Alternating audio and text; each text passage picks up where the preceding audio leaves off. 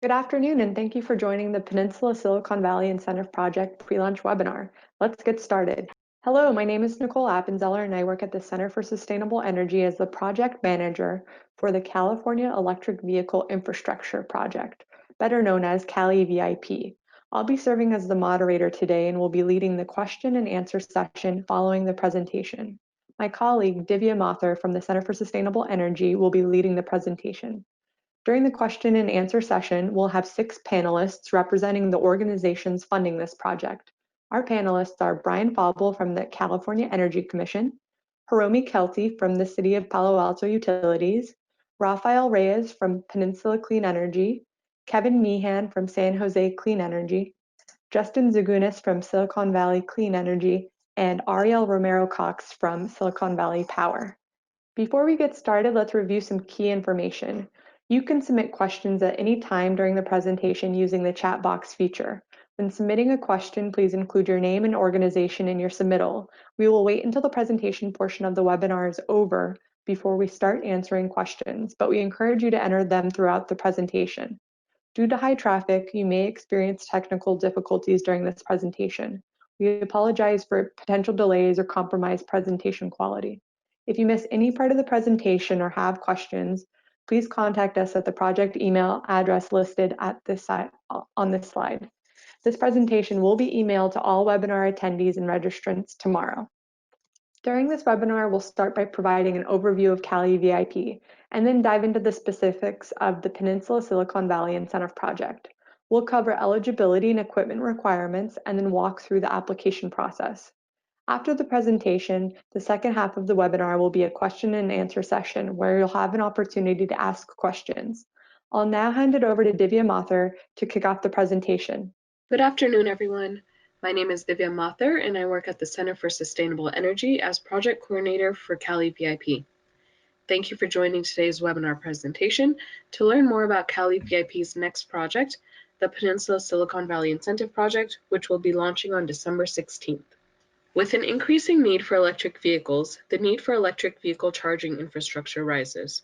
The goal of CALeVIP is to introduce greater accessibility to clean energy and alternative fuel transportation options within California by implementing regional incentive projects throughout the state, providing a streamlined application process, and providing convenient access to charging infrastructure. This project helps uphold the state's climate change goals, including less petroleum dependence and greater decarbonization. CALeVIP is funded through the California Energy Commission's Clean Transportation Program, formerly known as the Alternative and Renewable Fuel and Vehicle Technology Program. Typically, CALeVIP receives over $20 million annually, but the final budget is dependent on Clean Transportation Program budget each year. Source funding is available through 2024. Now let's shift into more details about the Peninsula-Silicon Valley Incentive Project. The project provides Level 2 and DC fast charger rebates in the San Mateo and Santa Clara counties. Starting December 16th, organizations will be able to apply for rebates for businesses, nonprofits, workplaces, multi-unit dwellings, and public facilities. More information on launch timing will be provided via email on December 11th. Please note that rebates are available on a first-come, first-served basis. To find out more details about the requirements and eligibility information I'm planning to present today, please visit the project website at the link provided. For this project, CALeVIP is partnering with City of Palo Alto Utilities, Peninsula Clean Energy, San Jose Clean Energy, Silicon Valley Clean Energy, and Silicon Valley Power. These co-funding partners are providing Level 2 funding for the project. Before we dive into project details, I'd like to highlight our partners and some relevant programs that they offer.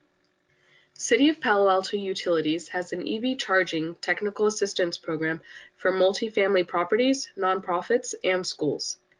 They provide free end-to-end advice and help coordination with various city departments relating to planning and utilities. CPAU also has an EV charger rebate program where MUDs and nonprofits are eligible for rebates. They offer incentives for transformer upgrades for both residential and commercial sites. For more information on these programs, please contact one of the program leads or visit the web link at the bottom of the page. Peninsula Clean Energy administers the EV Ready program that targets 3,500 ports in San Mateo County over 4 years. This program provides free technical assistance for preliminary design, estimates, and contractor assistance, and offers negotiated pricing on EVSC stations. PCE's newly launched EV Ready program offers $4 million in dedicated funding separate from CALeVIP funds for Level 1 and Level 2 charging. The program also offers affordable housing installation support for make-ready projects. For more information on this program or to request technical assistance, check out the links on this slide. San Jose Clean Energy is a department of the City of San Jose and provides cleaner and cheaper energy for the city.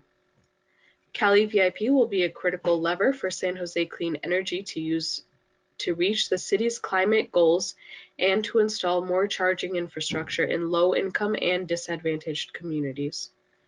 For more information on SJCE's goals, please contact the program lead and visit the web link at the bottom of this page.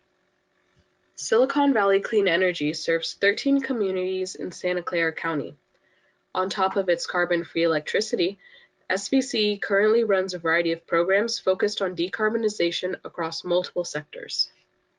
SVCE's Future Fit Assist program offers free concierge support to help site hosts through the entire process of obtaining EV charging infrastructure. This program targets multifamily and small-medium business properties. Another SVC program is the Priority Zone DCFC incentives. SVCE is currently accepting applications for their competitive selection process to support DCFC installation near certain clusters of multifamily residents in their territory. These incentives can also stack with CALeVIP incentives. SVCE has also launched a regional working group called the Silicon Valley Transportation Electrification Clearinghouse. This group will help identify and address key electrification barriers, shrink soft costs, and pursue external funding for the region. Visit the links on these slides for more information on program requirements and how to get started. Silicon Valley Power's mission is to be dedicated to their community, customers, and employees. SVP provides safe, reliable, and affordable and sustainable energy services with exceptional customer focus. SVP provides stacking rebates for multifamily units, low-income family units, and schools and nonprofits. Reach out to the SVP Key Accounts team with any questions. CALeVIP works together with other organizations to make combining incentives easy. As we've highlighted, our partners have active projects that can potentially be stacked with CALeVIP rebates. For more information about these programs, please use the contact information provided or the associated links. Let's transition back into more details around the Peninsula-Silicon Valley Incentive Project. The project includes 5 funding regions, and for the first time in CALeVIP history, those regions include distinct cities as well as counties. These regions include San Mateo County, City of Palo Alto, City of San Jose, City of Santa Clara, and Santa Clara County. Please note that the Santa Clara County region includes the remaining 12 Santa Clara County cities and unincorporated Santa Clara County.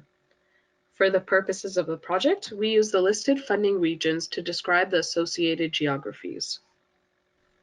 For this project, we have decided to make a system change to mitigate any potential site slowdowns.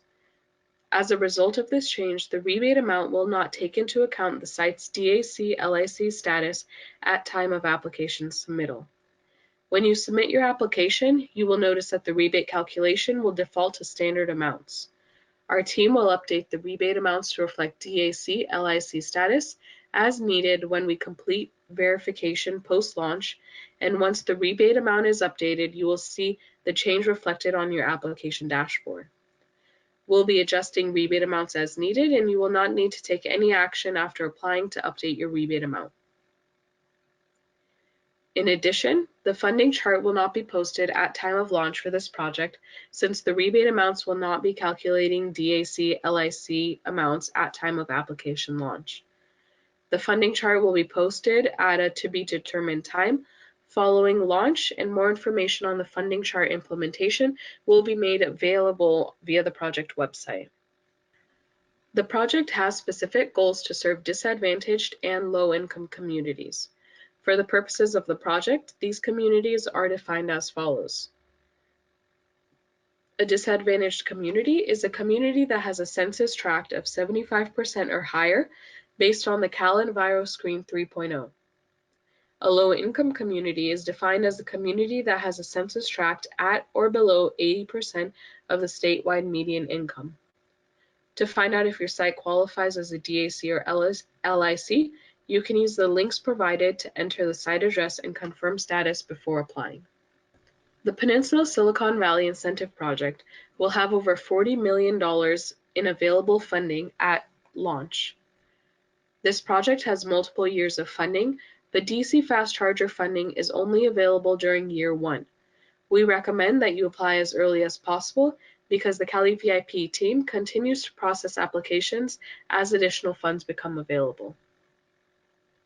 Please note that a minimum of 25% of funding is required to be invested in DAC-LIC applications in the city of San Jose and Santa Clara.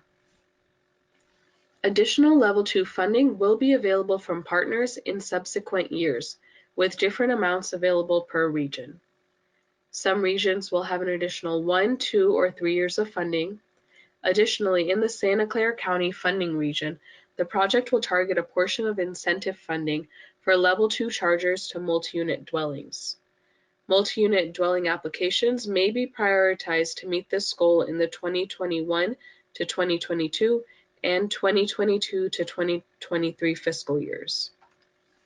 To apply for CALeVIP rebates, an organization must be the site owner or have site owner authorization to install.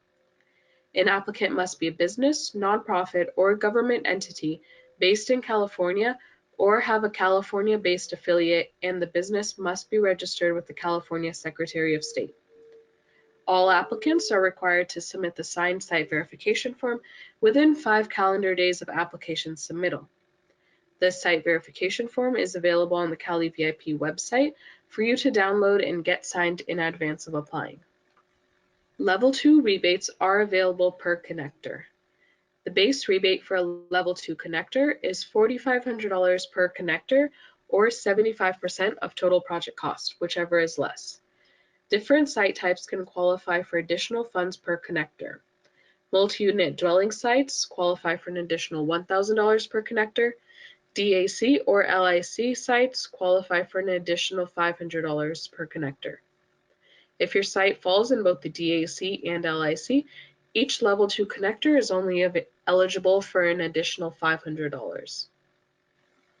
DC fast charger rebate amounts vary based on the power level and site type.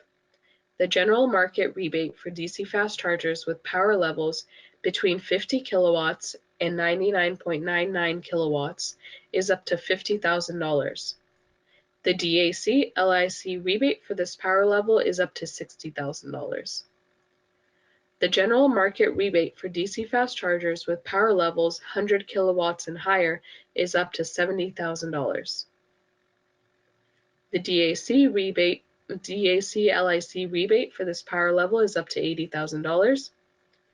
For each of the rebate values I just mentioned, CALeVIP will rebate up to that rebate value, or 75% of total project costs, whichever is less. Please remember that due to the removal of the funding chart at time of application launch, the rebate calculation will default to standard amounts. Our team will update the rebate amounts as needed when we manually run the address verification. For today's webinar, we are requesting your input for a couple poll questions.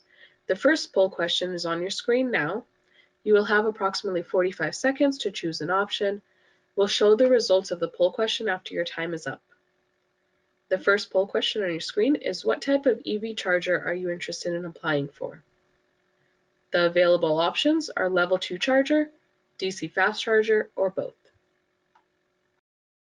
Great, the poll is now closed. Thanks to everyone who participated. Seems like the majority of attendees for today's webinar are interested in level 2 chargers, with a close second of folks interested in combination applications. Please note that there are limitations to the number of chargers that CALeVIP will rebate per site. CALeVIP can rebate up to 20 level 2 connectors per site and up to 6 DC fast chargers per site.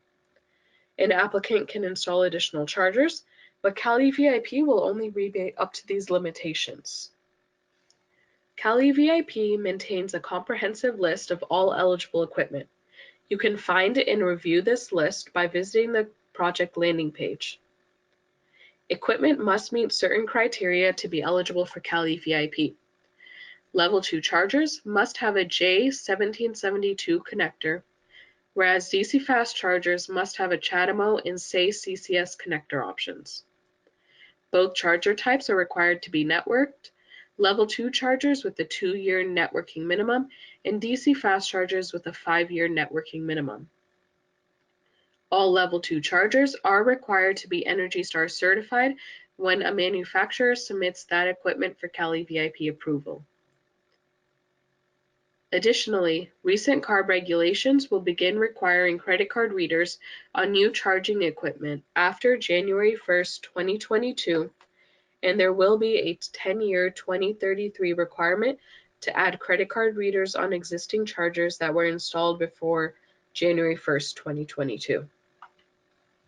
Now I'll outline the eligible site types and installation site requirements for eligible chargers, starting with DC fast chargers. Eligible site types for DC fast charging include commercial properties, hospitals, airports, and more. Please note that to apply for curbside charging, the charger must be installed and located within the same block as another eligible site type on this list.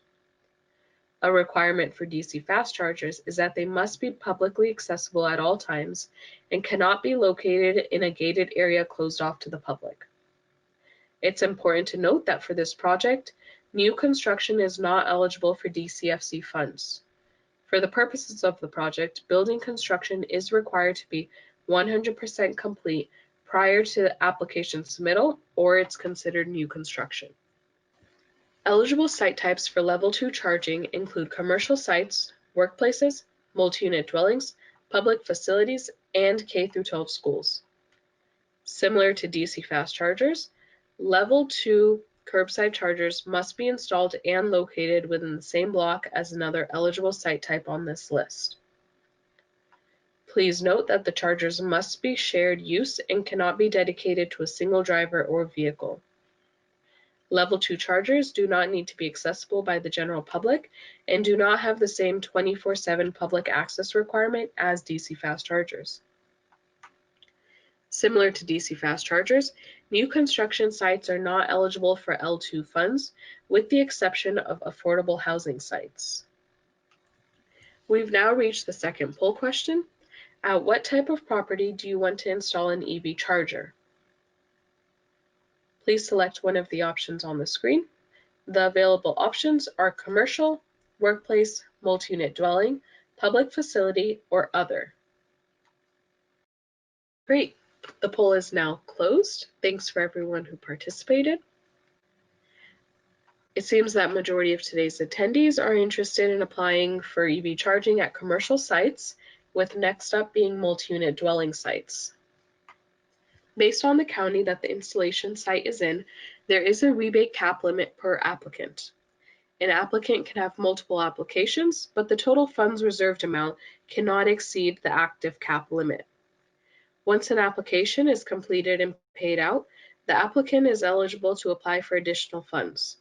The maximum funds reserved amount for an applicant's active applications in San Mateo County, City of San Jose, City of Santa Clara, and Santa Clara County is $720,000.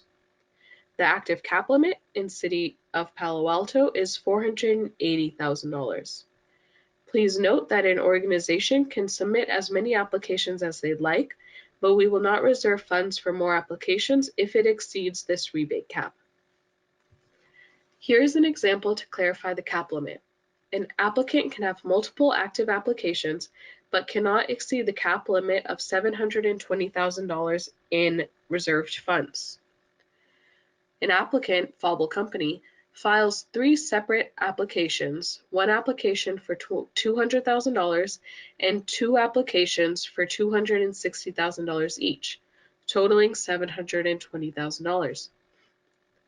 The company must completely finish and receive the rebate for at least one of those applications before our team reserved funds for any additional applications.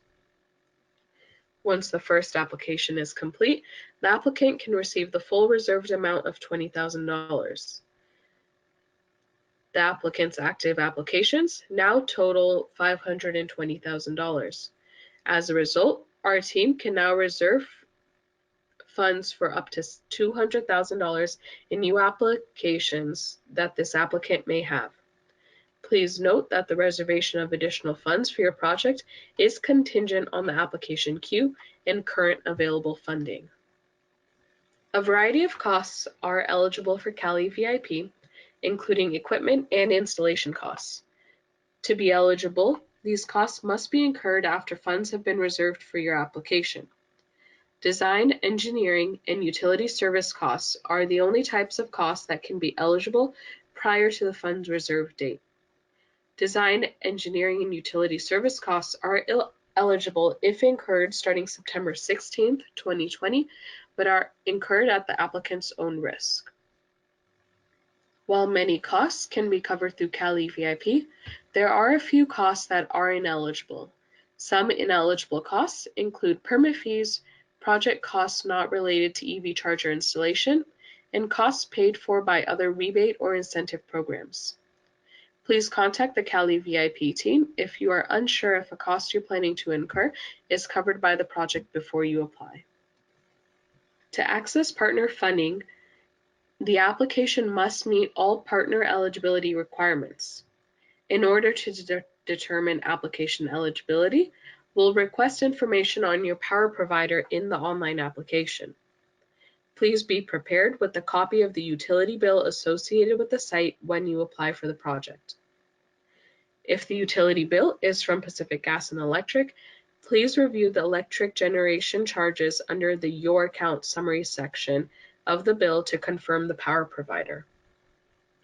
A sample PG&E bill is available to help you locate the power provider information. Similarly, on our project's website, we've provided a series of FAQs to help you determine your power provider in advance of submitting an online application. Now I'll walk through each partner's eligibility requirements. To be eligible for City of Palo Alto utility funds, the installation site must be a CPAU customer with the installation site in the City of Palo Alto. When submitting an online application, choose CPAU as the power provider. You will need to enter the electric account number associated with the site and the name of the organization or individual who is the account holder for this account. This information can be found on the site's electric bill. To be eligible to receive Peninsula Clean Energy funds, the installation site must be a PCE customer and the installation site must be in San Mateo County. When submitting an online application, choose PCE as the power provider. You will need to enter the service agreement ID number associated with the site. This information can be found on the installation site's utility bill. To be eligible to receive San Jose Clean Energy funds, the installation site must be an SJCE customer with the installation site in the City of San Jose.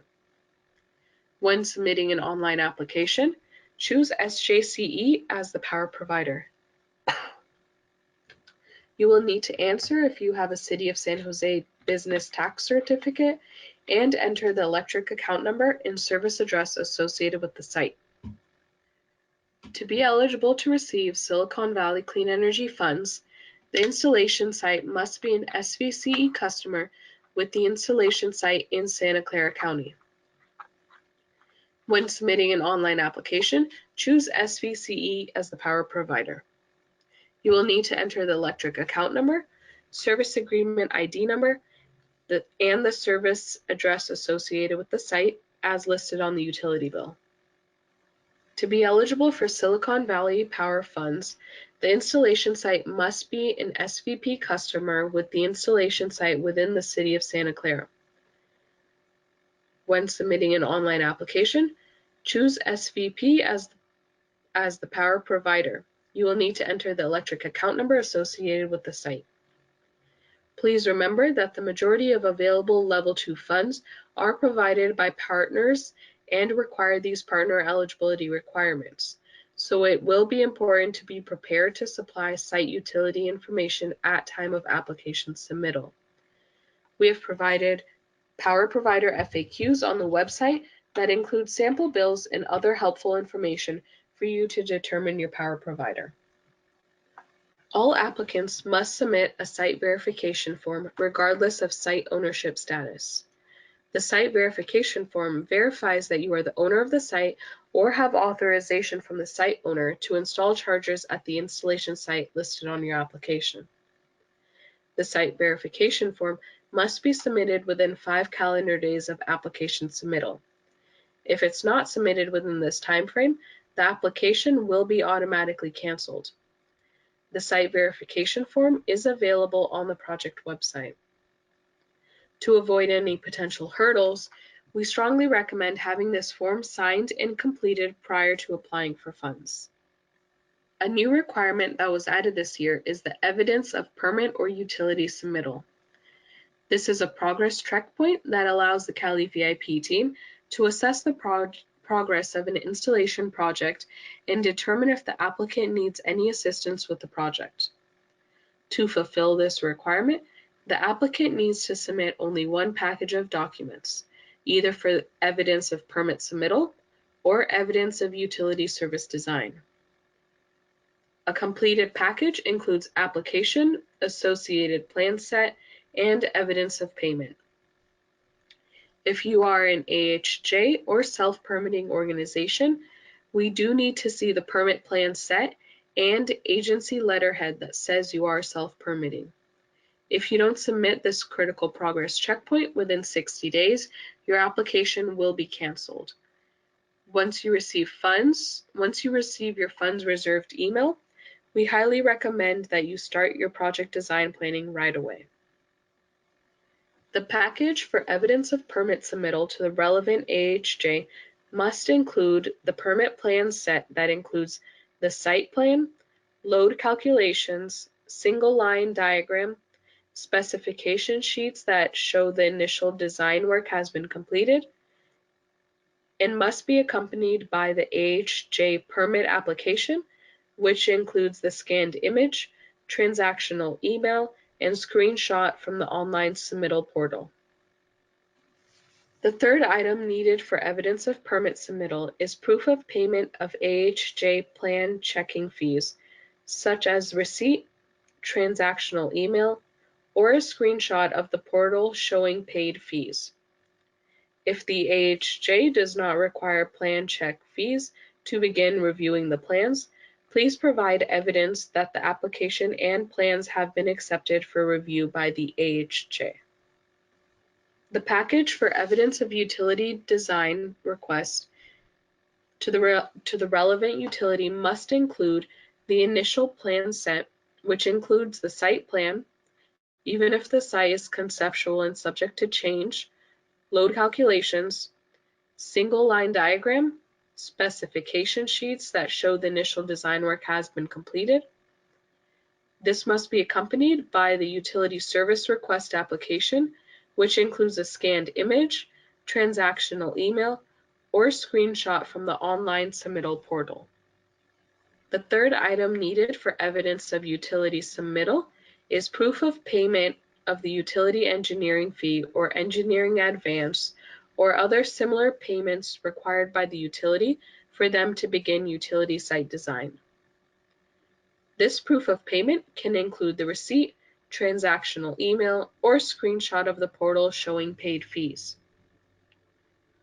It's rare that a utility would not require an engineering fee or an advance, but if a waiver or other exception has been granted and the utility site design work can begin without a fee, you must provide clear evidence such as a transactional email, screenshot of application status, or waiver letter to show this.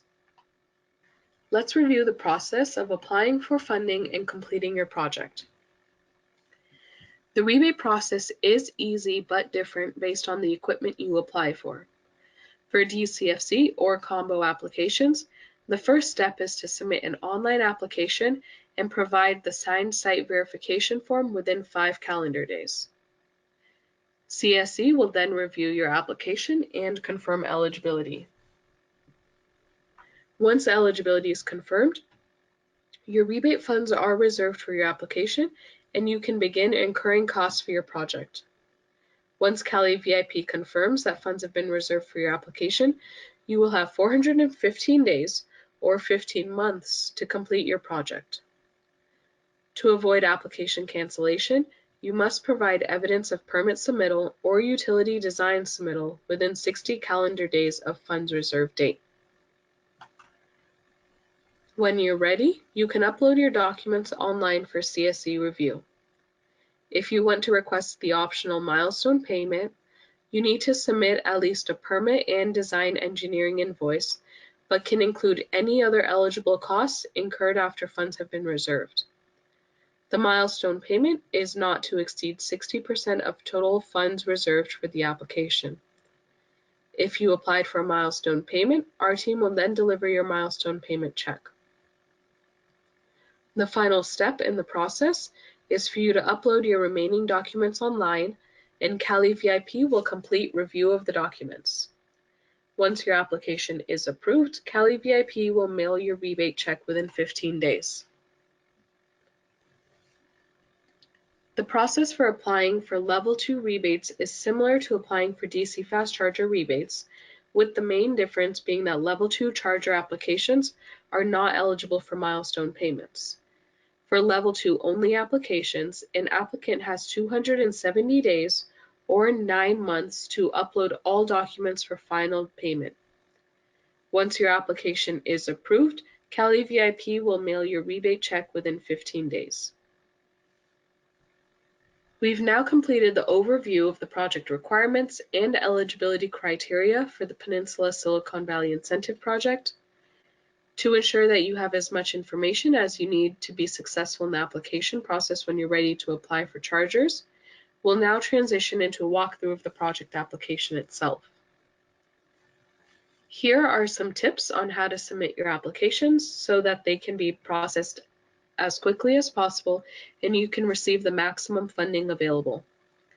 Please submit only one application per installation site. If you are unsure about the charger types you want to install at your site or have questions on submitting a combination application, contact the CALeVIP team before submitting your application. Please note that processing times can be significantly delayed if multiple applications are submitted for a single installation site. If the technology type you're interested in applying for has less funding available than you would need for your project, please apply for the maximum number of chargers you want to install. CALeVIP cannot increase your charger quantities or rebate amounts you initially applied for, but can work with you to reduce the quantity of chargers to meet available funding amounts. Please remember these important project requirements when applying. Unique login credentials are required for application submittal, so please don't share login information with any other individuals. If you don't already have an account, you can create a CALeVIP account today by visiting the project website.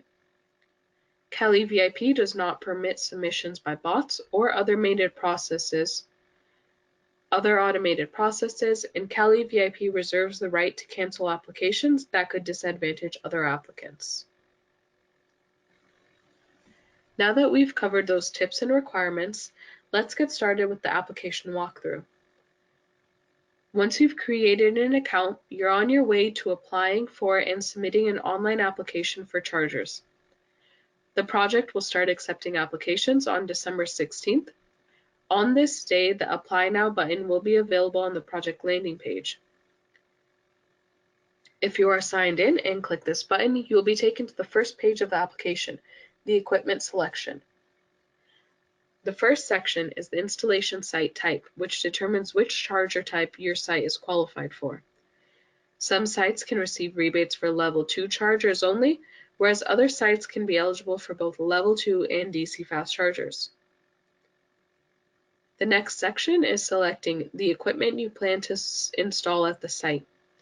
You must choose the charger make and model, connectors per charger, quantity, and charger installation type. Please provide information for all the equipment planned for the site. The final section on this page is network provider information. While selection of a network provider is not required at time of application submittal, CALeVIP requires each applicant to contract for network services for approval of any rebates. Next, you'll be directed to the project requirements page. The project requirements detail the terms and conditions you are agreeing to at time of application submittal. These requirements are also available in the project implementation manual for you to review prior to project launch. Please be prepared to read through all items carefully and click Accept and Continue when you are ready.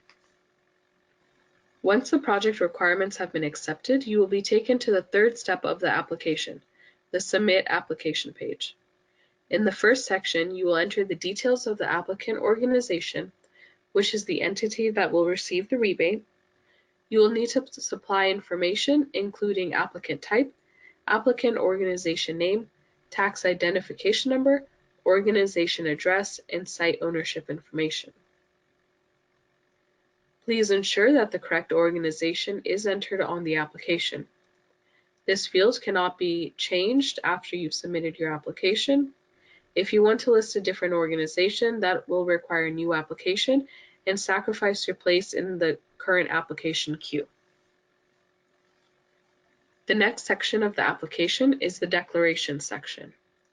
Please answer these questions from the perspective of the applicant organization.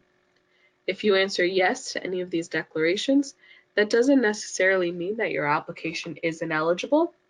Our team can work with you to determine the severity of the situation and get you on track for completing your project. Another distinct role to establish is the role of the application manager. The application manager is the individual managing the CALeVIP application. We collect contact information for the application manager so our team can follow up on questions raised during review. The application manager can be different than the rebate recipient. For example, if an electric vehicle service provider is submitting an application on behalf of a site owner and is planning to lead document collection and upload, the EVSP would be the application manager for that project. The installation site address must be entered correctly. To ensure placeholder addresses aren't used, the changes to the installation site address are not allowed.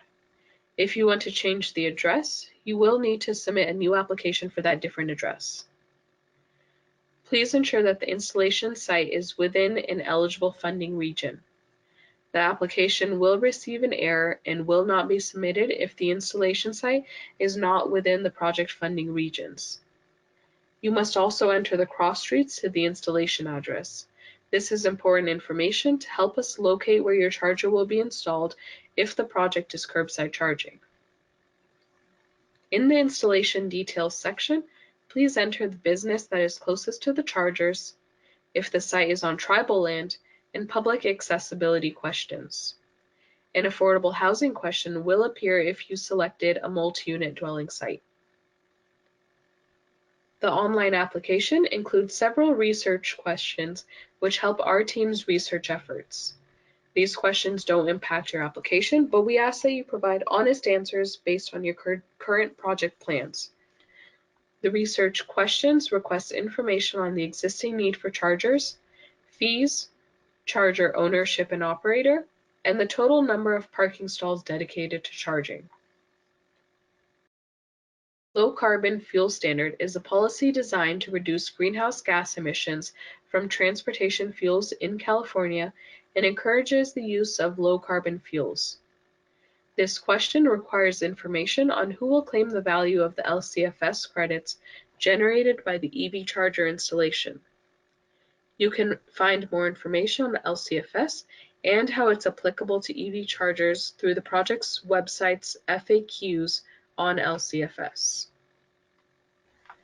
The final questions on the application request information on the installation site's power provider. As I mentioned earlier in the presentation, including power provider information is required to be eligible for partner funding. Once you choose the site's power provider, you'll be asked to complete one or more additional fields to verify eligibility. Depending on the power provider, these can range from service agreement ID number, account holder name, and more. Once you've completed all application fields, please double-check the information entered and click Submit. Once you've successfully submitted your application, you can expect to see your application dashboard. On this application dashboard, you will find more information on the status and details of your application. This is also where you will be uploading all supporting documents, including the site verification form. It's very important that you double-check that your site verification form is uploaded correctly, because our team will not reverse the automatic cancellation. Once again, the site verification form is required to be submitted within 5 calendar days of application submittal. When your application is processed into the funds reserve stage, the remaining upload document fields will appear for you to submit all supporting documents. You must click Submit Documents to alert CALeVIP staff that those documents are ready for review. To receive payment for your completed project, you must submit all required documents through your CALeVIP dashboard. The evidence of permit submittal or utility service design submittal must be submitted within 60 calendar days of the funds reserve date. Visit the sample supporting documents on the project website for examples and requirements for each document. The installation data form is also required to receive payment for your project. The installation data form is available as soon as your funds are reserved. We recommend filling out this form as you progress through your project. Let's review key takeaways. The Peninsula-Silicon Valley Incentive Project launches on December 16th, and applications will be available that day.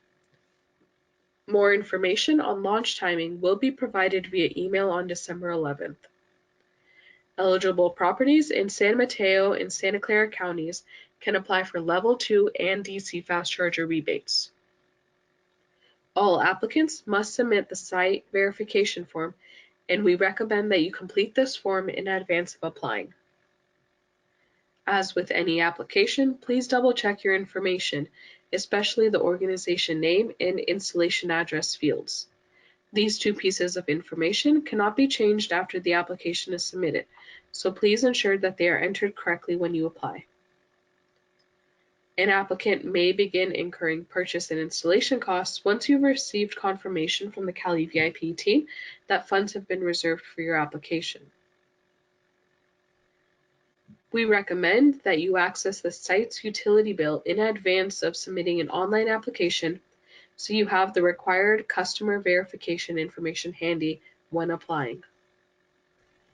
To help you get started with your EV charger installation, CALeVIP offers complimentary technical assistance to small businesses and multi-unit dwellings in DAC and LIC areas of the City of San Jose and City of Santa Clara. If your project requires technical assistance in other funding regions of the project, please reach out to the associated partner organizations on this site. Submit a request at the link on the slide to get started. Another great feature of CALeVIP is CALeVIP Connects. Through Connects, businesses can submit their profiles and gain regional project leads sent directly to their inbox. Individuals can also search on Connects to find installers, electricians, and more in their area. Stay connected with the project through the CEC's CALeVIP docket. Through the docket, you can submit and view comments, download past presentations, and sign up for the CALeVIP listserv. You can view the CALeVIP docket by using the link on this page. Now is the time for question and answers. Our panelists for today are Nicole Appenzeller from the Center for Sustainable Energy, Brian Fauble from the California Energy Commission, Hiromi Kelty from the City of Palo Alto Utilities, Rafael Reyes from Peninsula Clean Energy, Kevin Meehan from San Jose Clean Energy, Justin Zagunis from Silicon Valley Clean Energy, and Ariel Romero-Cox from Silicon Valley Power. If you'd like to ask a question, please submit the question in the question box feature on the GoToWebinar control panel. Please make sure to include your name and organization in the question. Before we get started, please keep these important items in mind before submitting your question. The webinar presentation will be emailed to attendees on December 3rd, and the recording will be emailed out on December 14th. Lastly, applications open on December 16th. More information on specific launch timing will be provided via email on December 11th. I'll now transition to Nicole Appenzeller, who will be moderating the Q&A. Great, thank you, Divya. As Divya mentioned, please use the question feature to enter your questions and submit your comments. Please include your business or organization name when entering your questions. So we've received a lot of questions during the presentation, so we'll plan to jump right into it. So to start, we received a question asking, what steps are you taking to ensure server capacity on application day? And the CALeVIP team has taken several mitigation measures, including modifying launch procedures to avoid any steps that can constrain the server resources during critical launch periods, as well as enhancing server capacity to make additional resources available. Through our work, we have identified an opportunity to mitigate potential application slowdowns, and we decided to make a system change for this project that will result in DAC and LIC statuses being confirmed after time of application. We are committed to ensuring a positive application experience and ensuring equal and fair access to all on application day. If you have any follow-up questions or concerns around your ability to apply, please reach out to us directly. Moving forward, we received a question around the entity cap asking, is the $720,000 entity cap for each of the 5 regions or total? So each cap is per funding region. So those caps are $720,000 each for San Mateo County, City of San Jose, City of Santa Clara, and the Santa Clara County region. And the cap is slightly different, and it's lowered for the City of Palo Alto at $480,000. That means you can apply for up to $720,000 in each of those 4 regions, and that is not applied total across all 5 regions. So you can apply for up to $720,000 in applications in San Mateo County, and then apply for an additional $720,000 in the City of San Jose, etc. So if you have any questions about how that applies to you or prioritization of applications to ensure that your preferred applications are being reviewed first, please reach out to our team and we can provide you with more guidance and direction on how to apply on launch day. Received a question asking, has any formal or even informal research been done on what are the most important barriers to more multifamily EVSEs in our region, and how can programs remove those barriers? Do we know, for example, whether increasing financial or technical assistance is more important? And for this answer, I'd like to direct this question over to Rafael Reyes from Peninsula Clean Energy for more information. Thank you, Nicole, and thank you for everybody for attending here. I want to in particular thank the California Energy Commission for their partnership on CALeVIP, which is such a critical program. With respect to the question, we've been doing research and providing technical assistance to multi-unit dwellings for 2 years now. and exploring this in detail. The first thing is that EV charging, unfortunately, is very low on the priority list for property owners. So it doesn't rank on their list of amenities really to provide. And so there's inherent inertia to overcome. And of course, from a property owner perspective, they look and they don't see any demand, but it's a chicken or egg problem. So there are a number of things that we're looking to at Peninsula Clean Energy is important for that, and that's a high level of engagement. Number one, and education work on forthcoming demand. We are seeing some larger property owners starting to see some demand. So if you look at, like, let's say Equity Residential, they're starting to make moves to be a little more proactive on EV charging. But smaller ones really aren't moving very quickly. And there are some structural things on the program side that are important. CALeVIP is really geared for fast deployment, and which is great, but it does make it challenging for multi-unit dwellings. So longer timelines, lower cost approaches like level 1 and power management we see is important, and also assigned parking is important, which is why we accommodate all of those elements in our dedicated program. But again, CALeVIP is hugely important, even though it's, it favors somewhat workplace charging.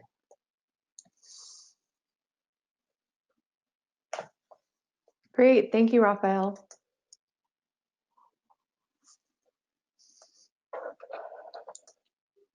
And just to add to that, if you have any questions about how you can set yourself up for success in applying for incentives for a multi-unit dwelling, you can please also reach out to our technical assistance team, and we can provide you with more direction and resources so you can make you can plan successfully.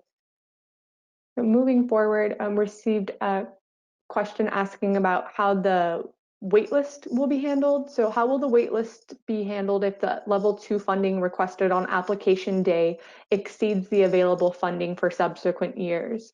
So we will continue to accept applications until the project is closed. So as long as the apply now button is up, please feel free to apply for a site when you're ready to apply. We will focus on processing applications for year 1 funding. And after year 1 funding is fully reserved, we will plan to send information to all applicants on the wait list so they can make an informed decision to choose to stay on the wait list or cancel their application. Overall, we do experience cancellations while we're processing applications. So even if you apply and understand that there's oversubscription for the program, we still encourage you to keep applying once you are ready, because we do experience a churn in our application queue as we process applications, and applications might cancel out for various reasons. So we are aiming to provide some enhanced information as we close out year 1 funding and reserve that. We'll be reaching out to all applicants on the wait list so we can provide more information on your application status, so you can use that information to choose whether or not you want to pursue other funding opportunities or stay on the wait list with CALeVIP. So thanks for that question. There was a question on level 1 funding, and the question was, is there funding available to deploy level 1 charging 110 volt outlets at multifamily parking? So there is no funding available through CALeVIP for level 1 charging, but we encourage you to explore other programs in your area to determine if there are any available incentives for level 1 charging. I know some of our funding partners have available incentives for level 1 charging, so I recommend you start by beginning to look at programs offered by your power provider and to see if there are any available resources for level 1 charging. And then moving forward, we received the question, as an owner of a multifamily residence, do I also need to be a business to apply? In order to apply for CALeVIP, you need to be a business or government entity based in California, or has a California-based affiliate at the time of application, be a California Native American tribe listed with the Native American Heritage Commission, or be a sole proprietorship. If you're a California business entity or non-California business entity with a California-based affiliate, you are required to register with the California Secretary of State, and you must do that and be in good standing to receive an incentive. If you're a sole proprietorship or a DBA, you cannot apply as a business and must instead apply as a sole proprietorship. So that can be done by clicking that applicant type option as you begin your online application form. And if you have any follow-up questions on your current status and how you should apply, please reach out directly to our project team and we can provide you with appropriate guidance and direction so you can be successful on application day. We received another question related to the waitlist. For regions with multiple years of funding, will we automatically be put on the waitlist for the next year, or will we have to reapply? And the answer is yes, you'll automatically be put on a waitlist for the next year. So we process applications on a first come first basis, and we're always growing that application queue. So you don't have to wait for a future year of funding in order to apply. If you're ready to apply today, or on December 16th, I should say, you can apply as soon as applications are available, and we'll be continuing to process that wait list. There will not be any need to reapply unless your application is canceled out. Moving forward, we received a question asking about permit costs. So is there typically a permit cost for installing these chargers? Any sense of how much these permit fees generally run? And to help answer this question, I'm going to hand it off to Brian Bobble from the California Energy Commission. Thanks, Nicole. So yes, there usually will be a permit cost associated, and they will vary depending on your jurisdiction, which is your city for incorporated cities, or your county if you are an unincorporated town. And also as well will likely vary between if you're doing level 2 or fast chargers. Level 2s usually might just be a building permit, pretty simple one, can range anywhere for a couple of $100s. And your fast chargers can be electrical, building, it could be a few different ones, and can be anywhere from a couple hundred to a couple thousand. So since there is no one answer on this, since it's really up to every jurisdiction to define their own fee schedules, I definitely recommend to reach out to your city or your county as soon as possible to see which permits they do require and to look up those permit schedules.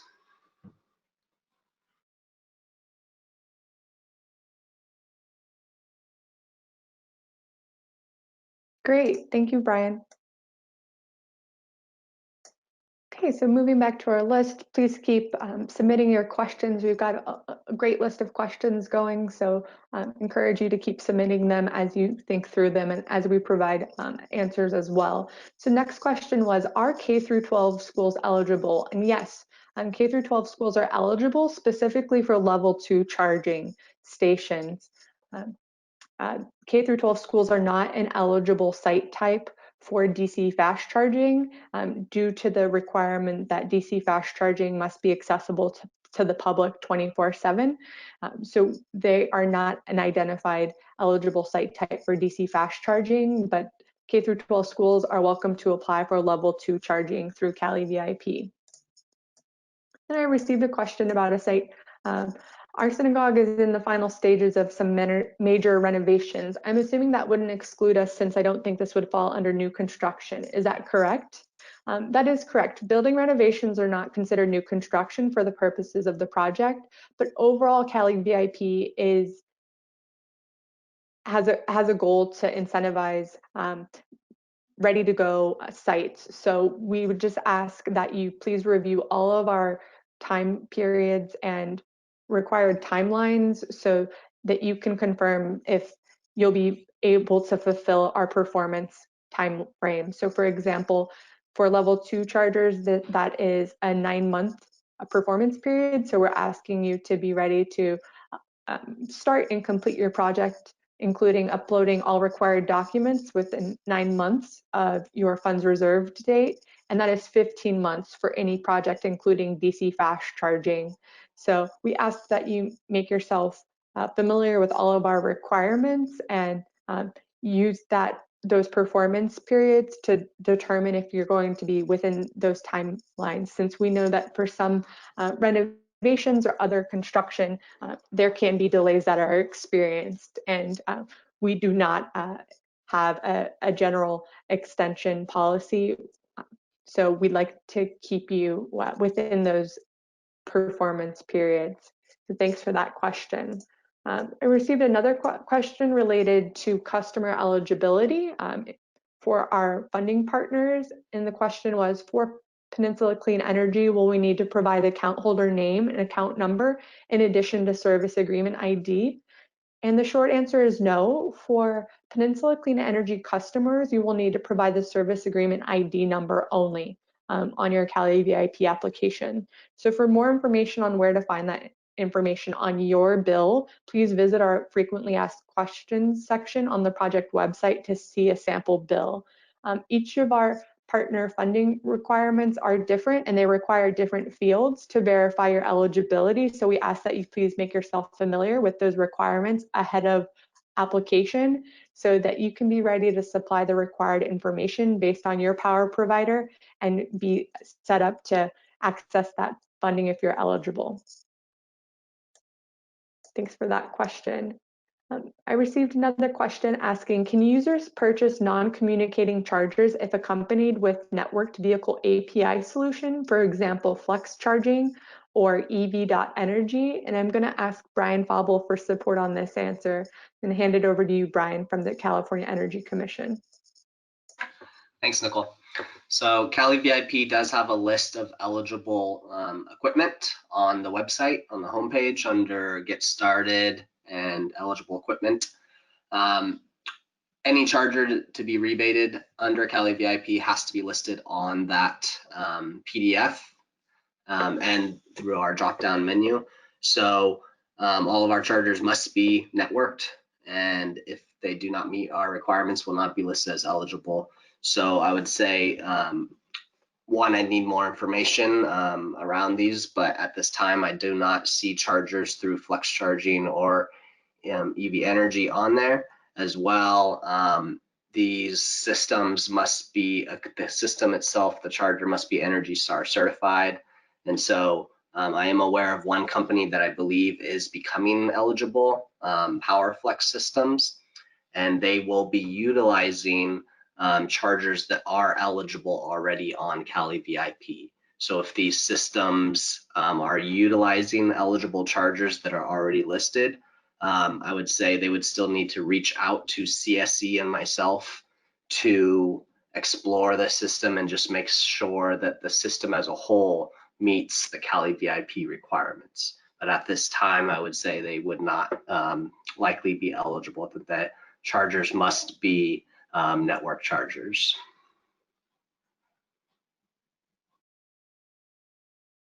Great, thank you, Brian, for walking us through that answer.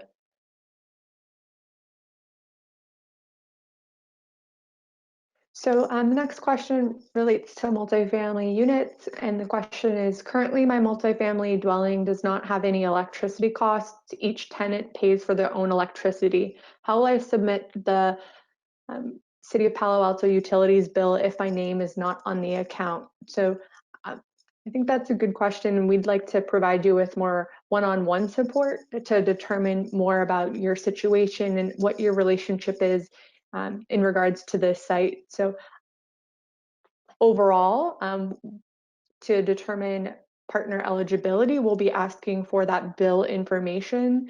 So we'd ask that Tricia, for this question that you posed, if you could follow up with our project team directly using the contact information available in this presentation, we can provide you with some one-on-one support to ensure that you're pulling the right information ahead of application and have that available. So I'm taking note of your name, and if you can follow up with an email to us, we can provide you with that one-on-one support specific to your site. And overall, I'll just say that with our enhanced partner requirements, we are encouraging everyone to make themselves familiar with our frequently asked questions section, so you can be aware of which fields will be required based on your power provider and be ready to supply that information ahead of application day. What this will do is this will enable you to access all funding sources that you're eligible for. So in the event that only partner funding is available, we want to ensure that you're eligible for more funding options, based on your power provider. So please, if you haven't made yourself familiar with that information yet, or if you had any questions stemming out of this presentation, please visit our website to find out more information and to see sample bills so you can make sure to be pulling the correct information prior to application. And thanks for that question. Well, if I can, please go ahead. If I can add on that one, Nicole, I would definitely agree to follow up with this specific person on their question. But to me, the first reading of it, I guess, sounds kind of like it might be a resident. And so I would just point out again that in an MUD, a resident likely won't be able to apply just for a charger for themselves. That again, they will have to have approval from the business owner or the site owner, and that in these MUDs, again, that our chargers through CALeVIP must be shared use. And so if it is an individual looking for a charger for themselves or a group of individuals, that these cannot be dedicated to an individual person and must be shared use. And so you will need to coordinate with the owner of the MUD. Great, thanks for that additional context, Brian. The next question was related to signatures. So the question was about the site verification form, which is one of our required forms for all applicants. And the statement was, getting a manual signature has continued to be a challenge. Is there a reason why a digital signature can't be accepted? The Energy Commission has currently waived the need for signatures on most documents. Can you reconsider requiring a manual signature? So I just want to kind of quickly step through some of our signature requirements to demonstrate that we accept several types of signatures on the site verification form, including some electronic and digital signatures. So we do accept electronic signatures without a digital stamp. So electronic signatures that are manually signed by typing the name into the document or signing with a digital pen or cursor, such as an example that I can share with you may be accepted. So we have some specific visuals and examples that we can pass on to any interested users, including this this individual with the question. But in addition to an electronic signature without a digital stamp, we also accept digital signatures with manual signature images. So digital signatures with a manual signature image may also be accepted. What we do not currently accept are digital signatures without a manual signature image. And this information is really valuable with additional visual references. So what I will ask is, if you're experiencing any questions or concerns about your ability to sign the site verification form, please reach out to us as soon as possible. Again, as Divya mentioned, the site verification form is a resource that's available on the website now, and that we highly encourage you to sign in advance of applying, since there is a strict 5-day requirement to upload that form within 5 days of application, or your application will be canceled. So if you have been unable to access that form yet, we encourage you to go download it today at our project website. And if you have any questions about acceptable signatures, please reach out to our project team so we can provide you with more information on this types of signatures we do accept. Overall, I think this is very, very valuable feedback. So we'll be following up with the Energy Commission to see if there are any other accommodations we can make, since this has been a challenge for this applicant group. But for the time being, we'll be using this feedback to inform future project design, but we don't have any immediate changes to what we currently accept. So just wanted to pause here and see if there are any other items that you want to add to this, Brian, on behalf of the California Energy Commission. I think you covered it pretty well. At this time, we definitely do not have logistical timelines to make changes for this project, but we can explore possible future changes. Great, thanks, Brian. And again, if you have any specific questions, please don't hesitate to reach out to our project staff so we can help provide you with one-on-one support so that you can be set up to successfully apply on application day on December 16th. So, received another question around the timeline to submit the permit application. So the question was, I'm confused about when we would need to submit our permit application by. With our remodel, we made changes to our parking lot and we are still awaiting permit approval from the city of San Mateo. We would not want to do anything to jeopardize that. Could we apply for the permit for the chargers later? So overall, you are required to supply evidence of permit submittal or utility service design submittal within 60 days of your application funds reserve date. So that is an important milestone for you to consider. Once your application funds are reserved, that starts the clock, and then we'll be looking for information from you through evidence of permit submittal or your utility service design submittal to ensure that you're making progress on your project.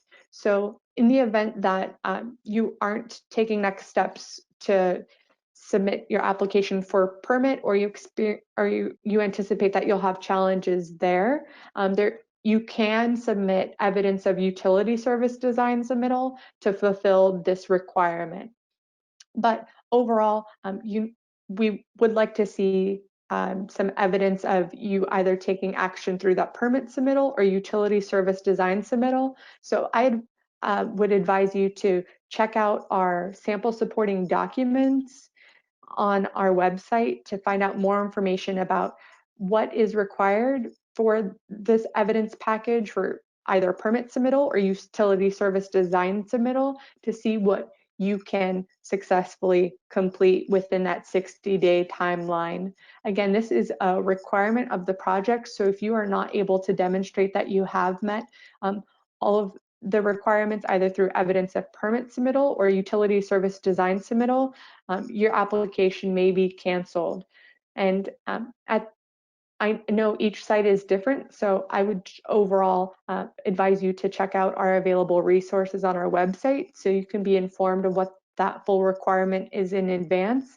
If you have any questions or concerns, please reach out to our project staff and we can provide you with some technical assistance, support, and guidance so that you can be set up to successfully meet this requirement. Again, do not hesitate to reach out to our project staff if you anticipate an upcoming challenge to meet a requirement, as we are always willing to work with you to meet that requirement, but it's always harder to do so if we don't have advanced lead time. So please let us know if you have any early indications that you're not on track to meet any requirements, and we'll be teaming up with you to support you in any way that we can. So thanks for that question. Received another question related to utility bills. The question is on power provider. Will you be requesting the applicant's PG&E account number if their power provider is PG&E, or will this question only be for applicants who select a power provider other than PG&E? So overall, we're using those power provider questions to help collect information to verify if you'll be eligible to receive any of our funding partners' dollars.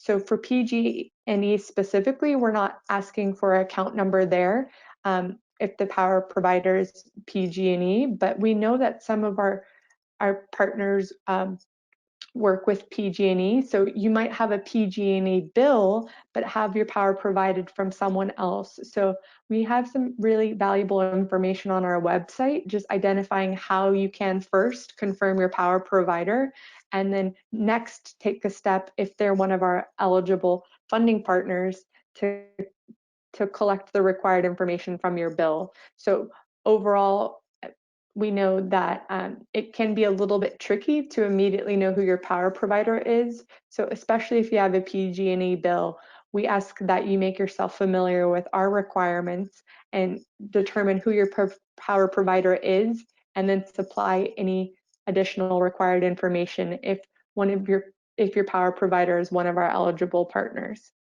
And if you have any questions after you review our frequently asked questions section, please get in touch with our project team.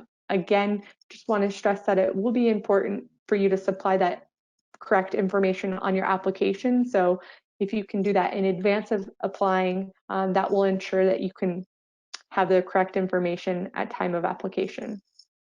So thanks for that question. I'm just kind of working through some questions and still seeing some more come in. We received a question around cross streets. Do you only need to include cross streets if curbside? So if it's at a commercial location, are cross streets required on the application? And yes, the answer is that cross streets are required for all applications. So please be prepared to supply site cross streets for all applications that you submit, not just only if it's a curbside application. Then moving forward, can a customer with multiple sites, for example, a school district, submit a single application for all sites they would like to qualify for rebates, or will they need to submit a separate application for each site? So you will need to submit one application per installation site. Applicants can manage all of their active applications through the application dashboard, and teams can share application access with one another using the collaborator tool to manage applications together. But overall, you'll have to submit one application per installation site. And just to repeat a point that Divya made earlier, please submit equipment information for your application on one application. So for instance, if you're looking to apply for level 2 and DC fast charging on the same site, please include all of that information on your single application. There's no need to submit one application for level 2 for the site and one application for DC fast charger for this site. That is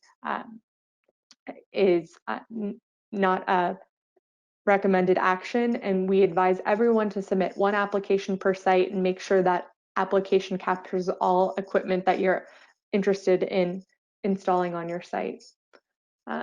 Moving forward, I received a question asking, it sounds like there's a lot of steps to take and we might need to hire an engineering firm to do these steps. Can you provide more information on who we should be working with to complete our project? So for this, I want to provide you with some high-level information on some resources we provide through CALeVIP, and then open it up to our panelists to see if there are any other contributions to help answer this question. So overall, every site is different. CALeVIP offers some resources via our CALeVIP Connects tool to get you connected with different partners that can help support your installation. So as well, we have technical assistance support. So if this is your first time working with EV charging, we have technical assistance support that we can provide to give you guidance to help you at any step of the process. So that information for our technical assistance team was shared earlier in the presentation and will be made available when we share the presentation tomorrow.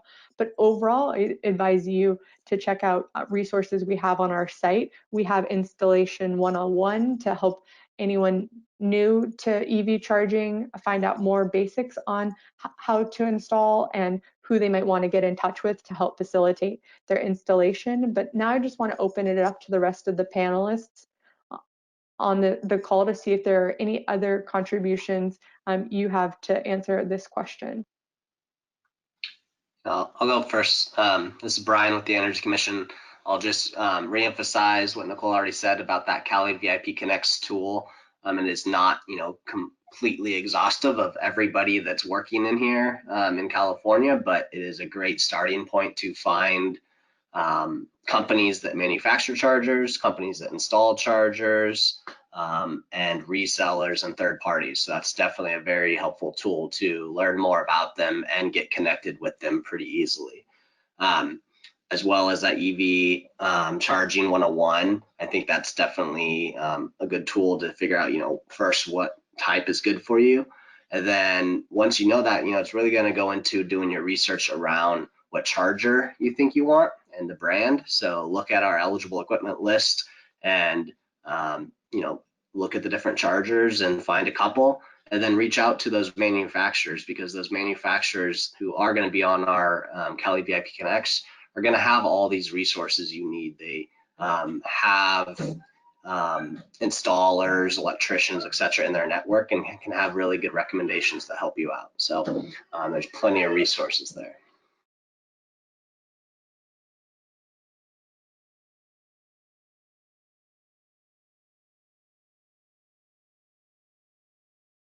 Great, thanks, Brian. So just wanted to confirm that we will be sharing this presentation with all webinar registrants tomorrow via email. I've seen a lot of questions around that, so please rest assured that you'll be receiving this presentation tomorrow via email, including all of the links. So if you have any specific links that you wanted to follow, we'll be supplying that via email tomorrow. So jumping back into our questions, someone asked, if we do not want partner funding, will we be able to submit applications without that information? And overall, again, we're going to be encouraging everyone to supply their required power provider information. What that does is that enables you to access partner funds. And as we've mentioned, partner funding is the only funding source available in our future funding years. So that just broadens your opportunities to access funding. But overall, if you are not if you're not applying for one of our eligible power providers, then that information will not be required. If you are applying and you have one of our eligible power providers as your power provider, you will be asked to supply that required information. And those fields are required on the application. So again, we encourage you to make yourself familiar with the requirements and review the frequently asked questions section to see what you might need to pull from your bill, so you have that bill information ready at your time of application. And Nicole, can we expand on that a little bit around partner funding? Again, I think you said it earlier that all of our partner funding is level 2 funds, but can we explain kind of what that means, that anyone pretty much doing a level 2 application or a combo application will be needing to be one of those partner customers, except for I think there's $3 million in CEC funds for level 2 in, I think it's San Jose, if you can correct me there. That's correct, Brian. Yes, that is correct. And thanks for confirming that, Kevin. Yes, so overall, we have partner funding available for level 2 charging, and that is the only funding source, except for the one exception in the city of San Jose. So we are highly encouraging you to provide that information. Without that information provided at time of application, your application potentially loses out on that funding source. We're not providing a follow-up opportunity for you to submit that information. So it's really at the time of application where you have that opportunity to provide the required partner information. And again, we are advising everyone to make themselves familiar with those requirements and reach out to us in advance of the December 16th launch, so we can provide you with any support you need to be successful with your application. In the presentation, we described our different funding amounts and funding years. And as Divya noted, we only have DC fast charger funds for year 1. So as we are moving forward with reserving years 2, 3, and potentially at year 4 for some of our funding partners, we'll be using those funding dollars, and this will be a key requirement in order to access those funds.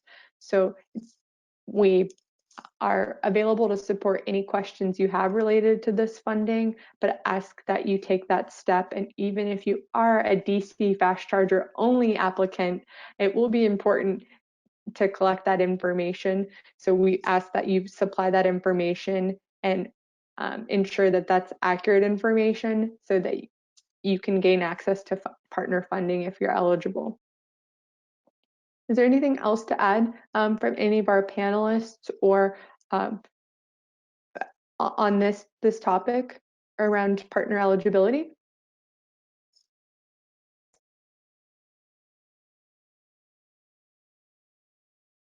Okay, great. So moving forward, I'm just looking at some of our upcoming questions.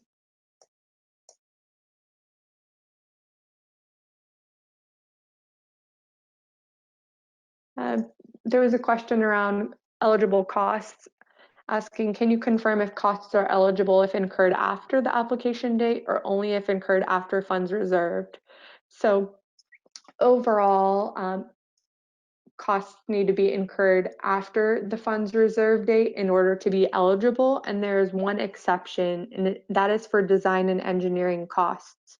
If you incurred design and engineering costs, those may be treated as eligible so long as those costs were incurred on or after September 16th. So if you've already started to begin doing some of that pre-work around the design and engineering costs, that is an exception. Again, we need to be clear that you are incurring those costs at your own risk, so there's no guarantee that you will be able to reserve eligible CALeVIP dollars, but in the event that you have incurred costs on design or engineering prior to September 6th, or excuse me, on or after September 16th, then those would be counted as eligible. For more information on that date or any of our other eligible cost categories, please reference our implementation manual.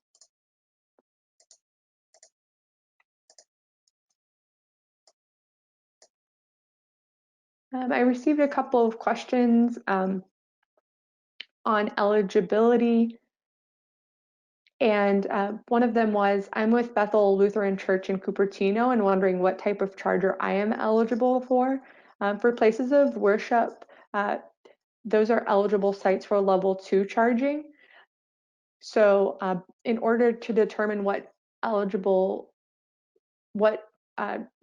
equipment you're eligible for, you can always review our site requirements. So we have a defined list of sites that are eligible for DC fast charging. And if your site type is not on that list, if you're unsure if you qualify as one of those site types, you can get in touch with us and we can confirm your eligibility prior to applying. But for a place of worship, you are eligible for level 2 chargers, so you can apply for level 2 charging. And I recommend just making yourself familiar with level 2 charging requirements, so you can ensure you meet all of our other requirements as well. There was a question asking about launch timing. Will you have a specific time frame the application window will open, like at 8 a.m. with Sonoma, or will it be different, as the San Diego County was a little hectic, randomly opening up at 9:40 a.m. Overall, what we'll be planning to do is provide more information on launch timing on December 11th. So at this time, there isn't launch timing information available, but what we've done in the past is we've provided a launch window where we will launch applications within a certain time window, and that is also expected to be the anticipated approach for the Peninsula-Silicon Valley Incentive Project. So we will be planning to provide a launch timing window to give you an indication of when the Apply Now button will be posted within a certain time window of the day. For more information on the launch time of day, please subscribe to our CALeVIP listserv through our website to ensure that you will receive that December 11th launch email communication. In addition, we will be posting that launch time of day information on our website, so that will be featured at the top of the website using our website banner as well. So in case you aren't subscribed to receive our emails, we want to make sure other folks that visit our website have access to that information as well. There's a question around fleet eligibility, and Jesse asked, are fleets eligible for this funding? And yes, fleets are eligible for the Peninsula-Silicon Valley Incentive Project. So if you are applying as a fleet, we'll ask you to apply as that site type. And if you have any follow-up questions on eligibility, please consider reviewing our website or reaching out to us if you have any questions about what your eligibility looks like based on your site specifics. Yeah, Nicole, can we clarify that fleet eligibility is light duty fleet as primary purpose, and that if you are solely a medium duty or heavy duty fleet, it is not eligible. But if you have a light duty fleet that also will want to benefit some medium duty, that is allowed, but the purpose for CALeVIP is light duty infrastructure. So these chargers need to be primarily used for light duty fleets. Yes, that's correct. And I think you did a great job of describing that, Brian. So yeah, overall, light duty fleets are the primary purpose of the site. So if you have any questions about how your site factors in, I recommend you first take a look at our fleet eligibility definition and our implementation manual. But overall, we are looking to see that the primary use of the chargers is for light duty vehicles. So please follow up with us directly if you have any questions about how that applies to your site. And just doing a quick time check, I know we have about 14 minutes left, so I'm scanning the questions we've received to see if I can group a couple of these, since I anticipate we have more questions than we have time to answer.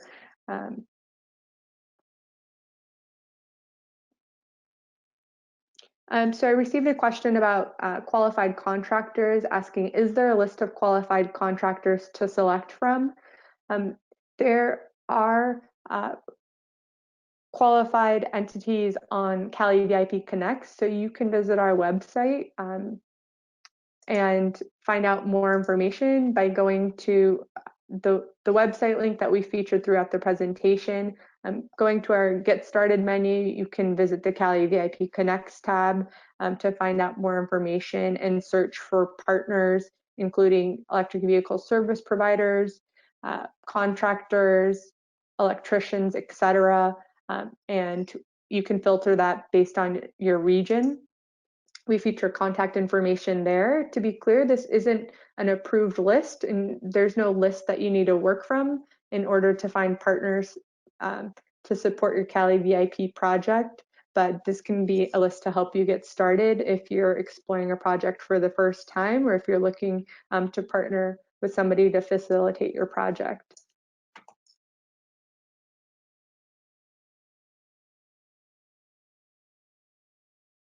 There's another question about stacking rebates, and overall just asking, are you eligible to stack rebates, and is that allowed?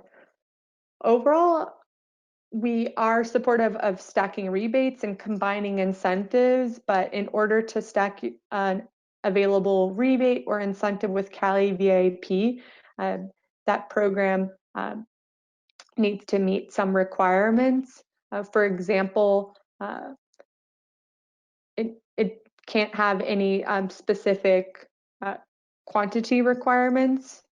So if, for example, that outside incentive requires a specific number of chargers to be installed, that is something that we take into consideration, as well as timeline. We know that some incentive programs function on different timelines than CALeVIP, so we're always looking to support our performance periods of 9 or 15 months. So if you were looking to stack a rebate or combine incentives that are tracking on a different performance period, we always advise you to take it into consideration, those performance periods. In addition, we have some detailed information in our implementation manual, just talking more about eligibility for stacking. But as we as we launch projects in different regions, we assess what available incentives are out there, and we work to coordinate behind the scenes with those programs as well, so we could share information on cost. And overall, we'll be sharing cost information with those outside partners to ensure that no projects are receiving a profit from combining incentives, since one of our main goals with CALeVIP is to support actual costs and not allow programs to profit. And I know that there are other stipulations specific to CEC funds, so I just want to hand it off to Brian Fauble from the California Energy Commission to speak more to eligibility with CEC funds.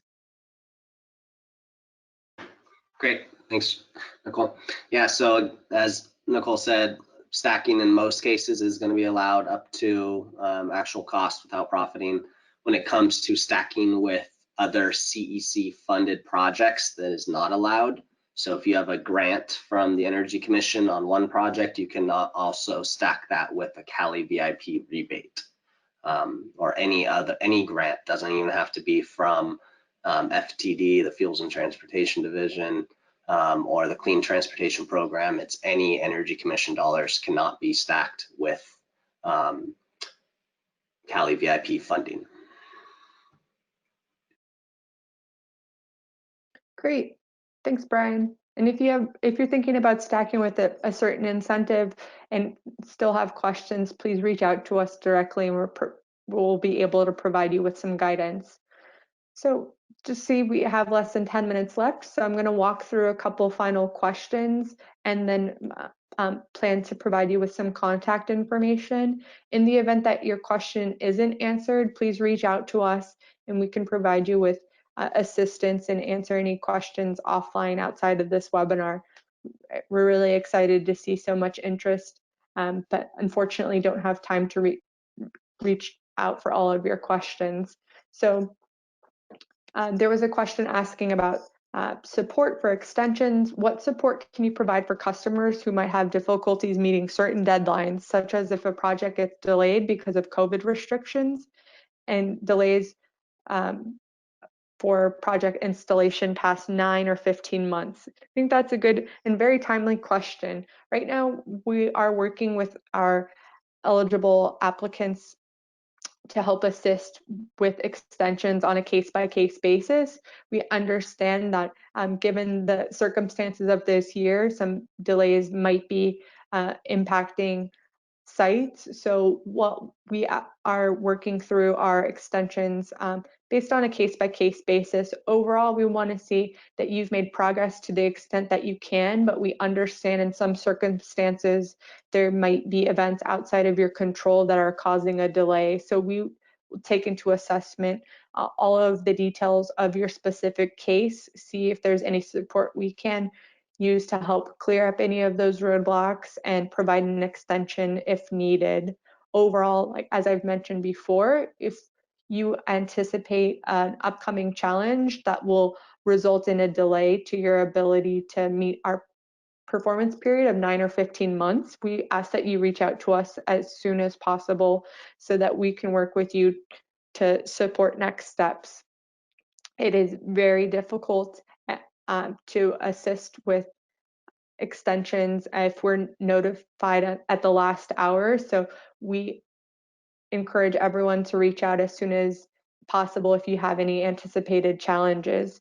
And overall, you can do that by reaching out to our project team. So after your funds have been reserved, you will have an assigned rebate processing specialist that's working with you more closely to provide you with support throughout the application process, so you can reach out to them directly once you have an assigned support team member, or always reach out to us via our project email or phone number. So thanks for that question. Received another question asking what the minimum duration is of the network contract required. So that's the networking agreement is based on the equipment type. So the minimum requirement for level 2 chargers is 2 years, and the minimum requirement for DC fast chargers is 5 years. So we have more information on those requirements in our implementation manual. And if you have any questions about network providers, you can reach out to us and we can provide you with some assistance so you can find a network provider if needed.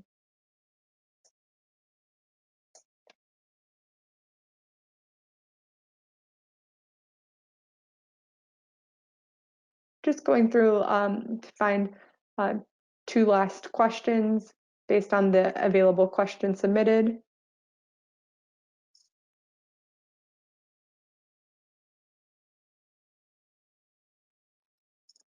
A user asks, can a service provider apply on behalf of a multi-unit dwelling, even if the multi-unit dwelling is listed as both the applicant organization and property owner on the site verification form? And the answer is yes. You can have a third party apply on behalf of the site owner or property owner. So in order to do that, what you'll need to do is just have that applicant organization information available at time of application. So if you are a service provider or another third-party partner on a project, you can apply to CALeVIP on behalf of a site owner. You'll just need to determine who's going to be the rebate recipient, and that's the information you'll need to be ready to provide. So once you determine who that rebate recipient is, or as we call it, the applicant organization, you need to be ready with that applicant organization's tax identification number, their address, and then you need to be ready to also ensure that you can collect the property owner signature on the site verification form. So if you have any questions, please reach out to us. We know that there are often different roles and different partners that might be contributing to a project.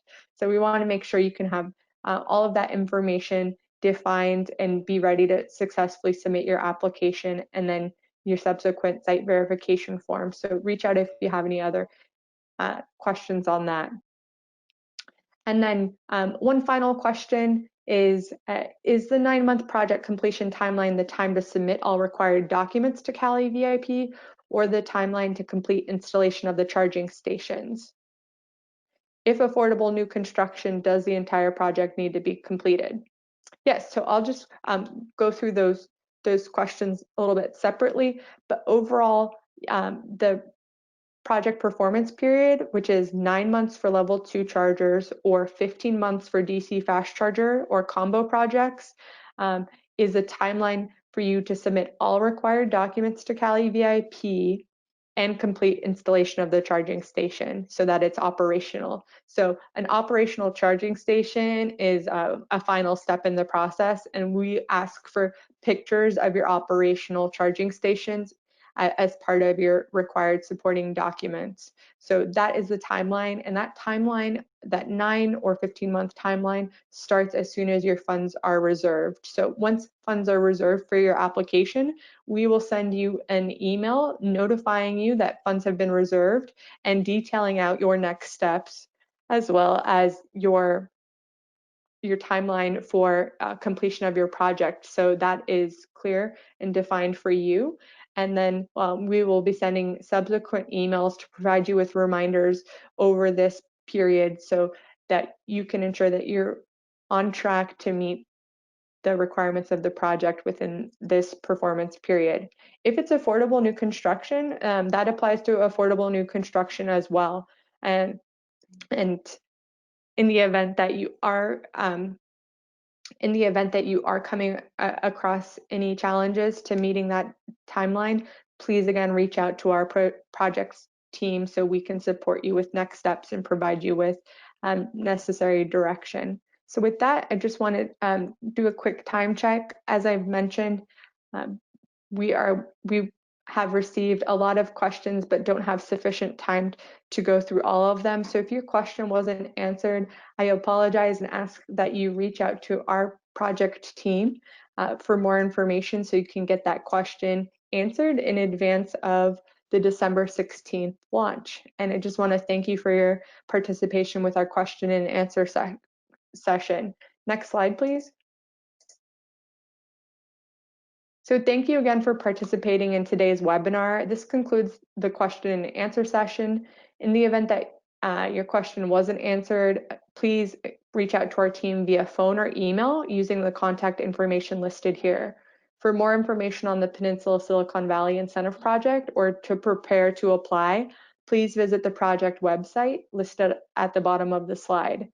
A friendly reminder that applications will open on December 16th, and we'll be supplying more information about the launch timing on December 11th to all of our CALeVIP subscribers. So if you haven't subscribed for CALeVIP news and project updates, go to the link provided so you can sign up for future updates. Thank you again for attending today's webinar and enjoy the rest of your day. This concludes today's webinar.